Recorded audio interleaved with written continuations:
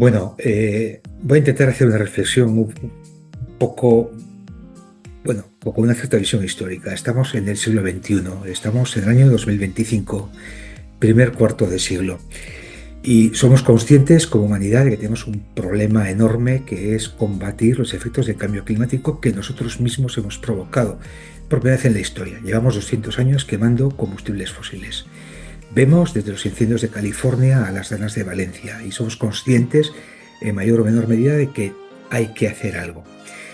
Eh, en Europa, el sector de la construcción pues supone más de un tercio de las emisiones de gases que provocan el efecto invernadero, y la Unión Europea ha empezado a tomar medidas. Una de ellas va a ser que en el 2030 los nuevos edificios, pues desde el punto de vista de las emisiones, tendrán que ser edificios de tipo neutro. Eso ha hecho que muchas miradas se vuelvan a la madera. Somos la primera generación en decenas de miles usando la madera que tienen en consideración las propiedades medioambientales. Volvemos a dirigir la mirada a la madera porque nos dicen que absorbe CO2 en vez de emitirlo y se convierte en un material único. Pero a su vez tiene muy poca energía de fabricación, con lo cual tampoco emite CO2 durante la fabricación, o mucho menos que otros materiales, y además la podemos reciclar y la podemos reutilizar. Con lo cual, aunque llevemos centenares de miles de años, porque los llevamos usando madera, somos la primera generación que cambia la mirada respecto a ella. Y ahora nos preocupan las consideraciones medioambientales de ese material, y eso nos parece algo único. Inmediatamente empiezan a surgir oportunidades. Surge un producto que está revolucionando la forma de construir en madera, que es el CLT. Surge hace nada. El primer edificio en altura en Europa es del año 2008, ¿no? Prácticamente 120 años después del primer edificio en acero. Muy poco tiempo. Y sin embargo, 15 años después, tenemos edificios más altos en España, tenemos 3 fabricantes. El CLT, una de las grandes ventajas, en mi opinión, que tiene, aparte de la posibilidad de construir en madera de una forma diferente, es la industrialización.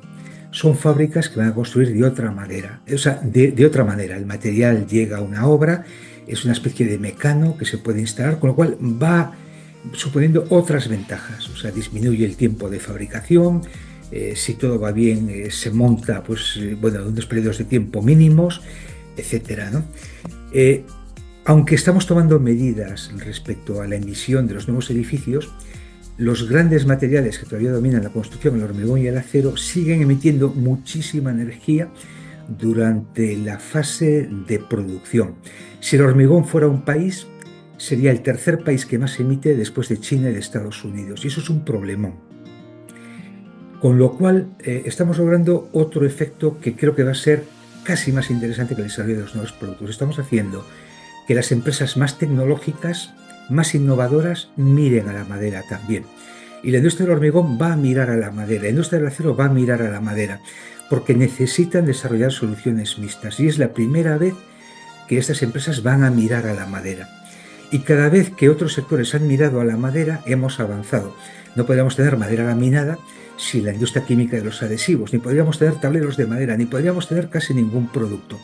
Entonces yo confío que este redescubrimiento de la madera por parte de otros sectores nos va a ayudar, nos va a beneficiar mucho, ¿no? Si nos tomamos en serio la lucha contra el cambio climático, la importancia puede ser enorme. Pueden hasta cambiar los flujos del comercio de la madera, ¿no? En este momento, para que te hagas una idea, estamos cortando como 4.000 millones de metros cúbicos y somos 8.000 millones de habitantes, un poco más, 8.200. Eso no nos da ni a medio metro cúbico de madera por habitante, es decir, un cubo que tenga 1 metro de alto por 50 centímetros de espesor. La mitad de ese cubo lo quemamos. Es leña, es pellets, es carbón vegetal. Y de la otra mitad del cubo, ya estamos en una pieza de 50 por 50, más o menos, un poco más de la mitad es tableros, madera serrada, etcétera, y un 40% es papel.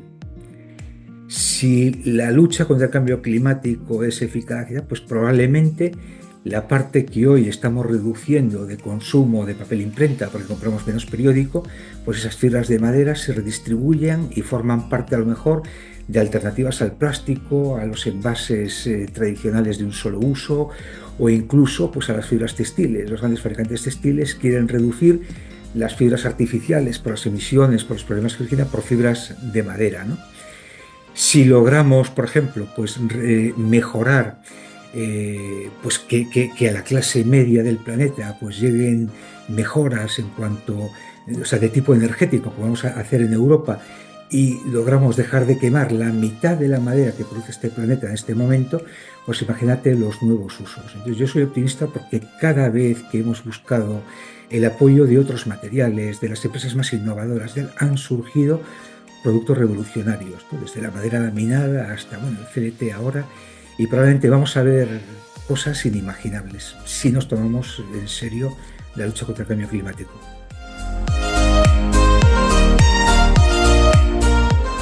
Pues ahí aparentemente tenemos bastantes paradojas. Por un lado, cada vez somos más y acabamos de ver que los recursos de madera a día de hoy son limitados.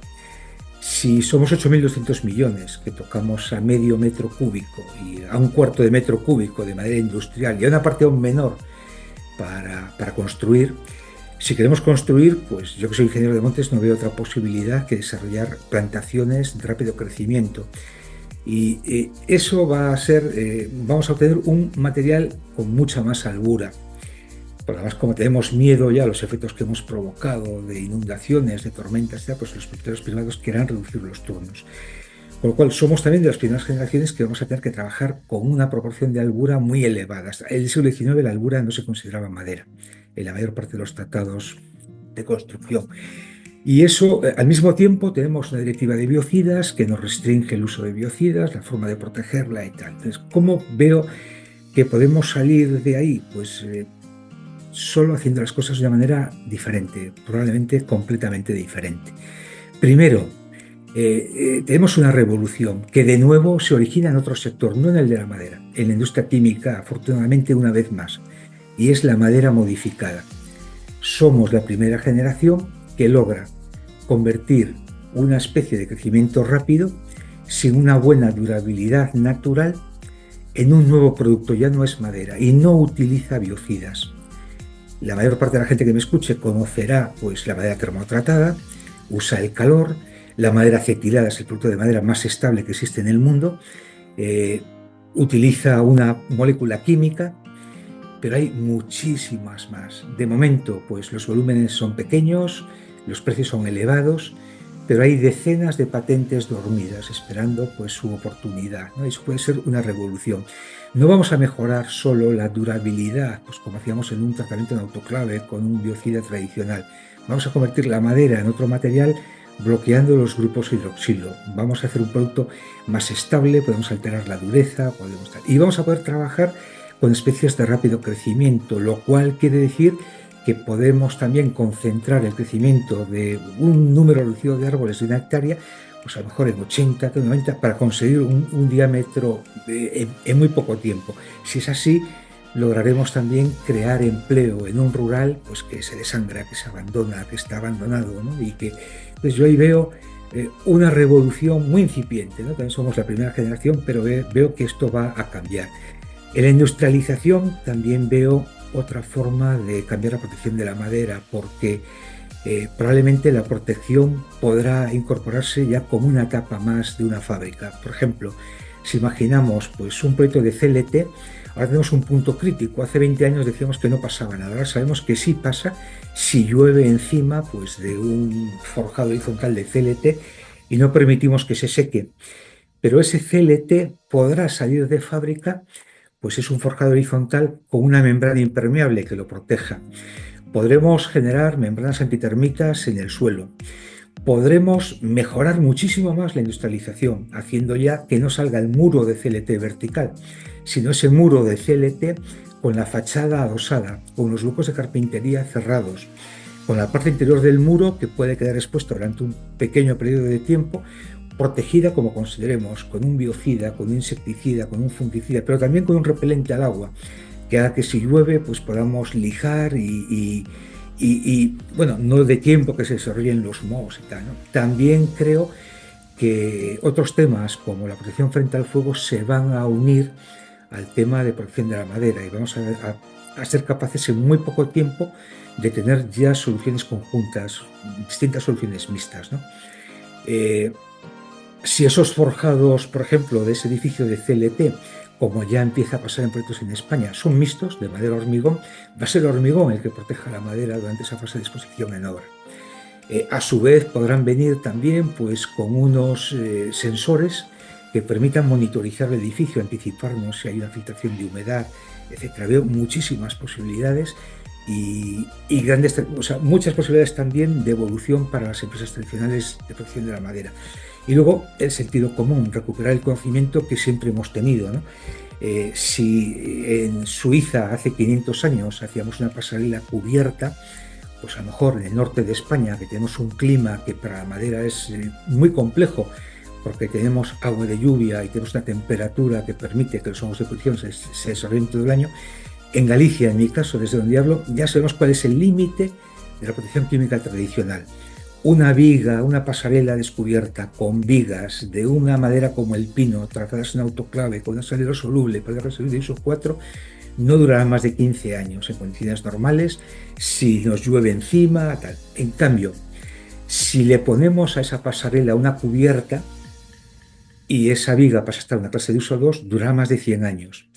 Si encapsulamos esa viga y le colocamos pues, en la cara superior una albardilla metálica y en las caras laterales, como hacían en Suiza hace 500 años o en Austria, pues una fachada o aprovechamos los tableros de otros materiales, etcétera, pues también nos durará más de 50 años. Si hacemos una pasarela mixta, madera-hormigón, y es la base, la solera de hormigón, la que protege a las vigas de madera laminada tratada que están debajo, nos durarán más de 50 años. Entonces pienso que la forma tradicional de hacer las cosas ha llegado a su techo, pero tenemos muchísimos caminos nuevos para explorar.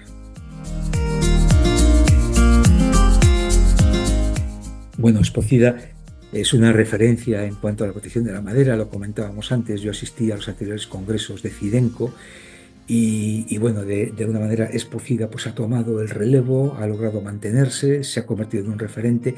Y es esencial pues, poder reunirnos cada 2 años, poder escuchar pues, las nuevas líneas de investigación, los nuevos proyectos, ser testigo de otras miradas, conocer personas, las posibilidades de sinergia, etc. Para mí es bueno, el encuentro de referencia en torno a la protección de la madera.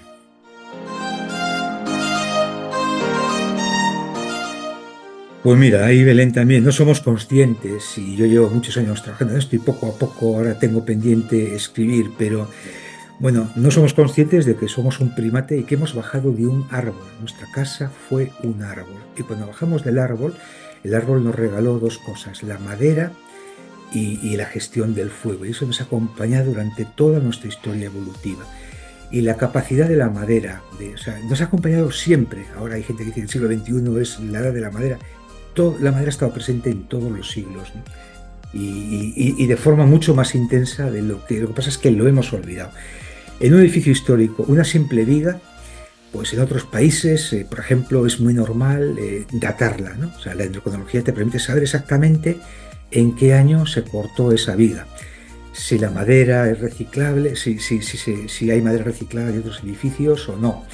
Podemos tener datos del clima en el mismo tarugo de madera, la misma probeta con la que datamos la madera, podemos saber cómo era el clima en aquella época, si tenían problemas pues, de heladas, si había sido una buena fecha, si habían tenido años de sequías, si habían tenido que moverse del sitio.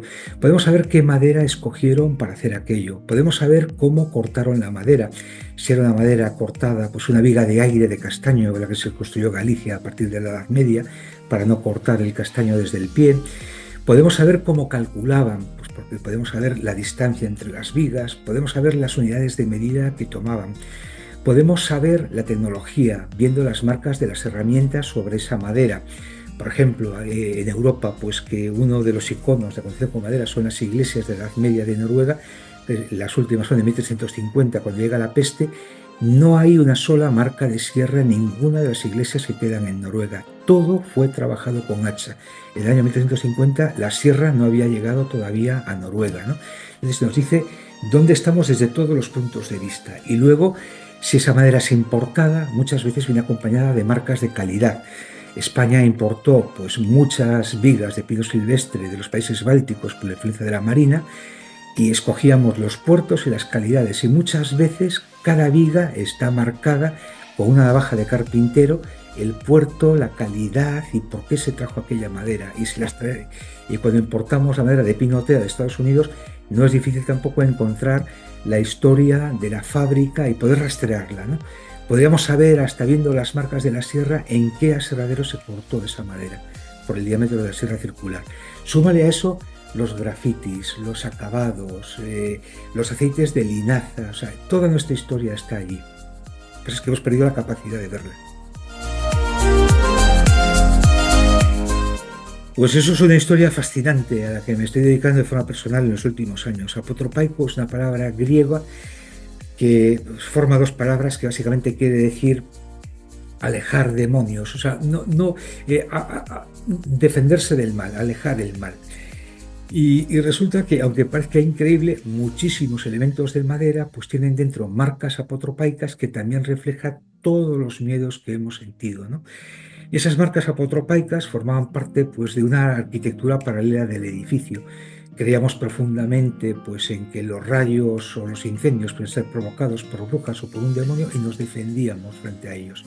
Entonces, aunque parezca increíble, a día de hoy hay muchísimas marcas apotropaicas sobre elementos de madera que han sido ignoradas, ¿no? En mi presentación voy a enseñar algunas y me encuentro con todo un lenguaje.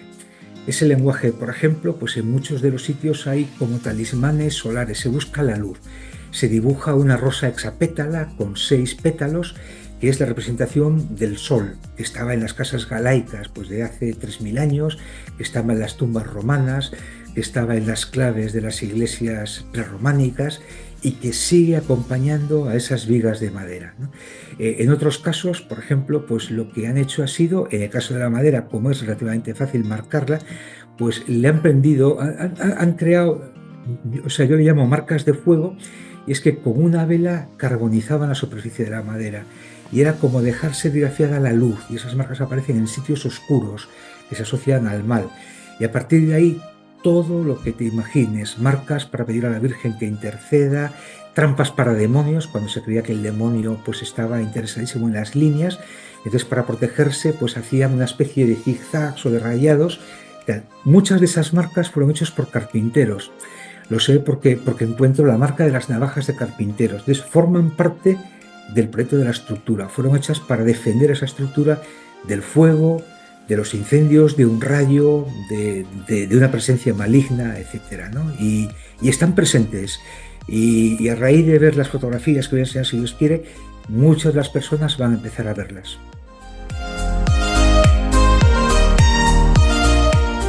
Sí, bueno, pues yo llevo más de 30 años haciendo diagnosis y el cambio ha sido tremendo. Cuando me llamaban al principio para hacer una diagnosis, el objetivo casi sin excepción pues era declarar la ruina del edificio, ¿no? Hoy lo que se intenta es, desde luego, en patrimonio es mantener el mayor número de elementos y que además pues sigan prestando la función estructural, ¿no? De hecho, pues algunos de los edificios que rehabilitamos pues les ha provocado muchos daños la intervención que se hizo a lo mejor 50 o 40 o 60 años atrás aportando hormigón. Entonces, hay un cambio enorme en cuanto a la valoración de la madera, del papel que prestaba, al interés por conocerla, etc. Tenemos también pues, herramientas mucho menos intrusivas para hacer, o sea, pues desde resistógrafos hasta métodos no destructivos, mejora el conocimiento también, y en España yo creo que tenemos algunos de los mejores especialistas del mundo en intervenciones en madera.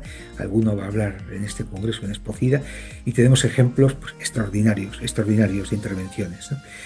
Por otro lado, dicho esto, me preocupa la falta de profesionales jóvenes, ¿no? O sea, muchas veces pues, cuando hacemos la diagnosis e intervenimos, pues una y otra vez nos cuesta mucho encontrar un carpintero pues que sepa hacer injertos, pues que conozca la parte de los adhesivos, o arquitectos que apuesten por este tema. Entonces ahí sí que es una obsesión mía personal, por lo menos en Galicia, dejar equipos formados que puedan seguir manteniendo el patrimonio y nos cuesta mucho. O sea, entonces es una etapa que tenemos que lograr es que sea interesante para ellos, transmitirle el conocimiento que hay, que es bastante, y lograr pues que haya empresas que sigan vigilando nuestro patrimonio, que puedan dedicarse a esto y que estén orgullosos de dedicarse a esto.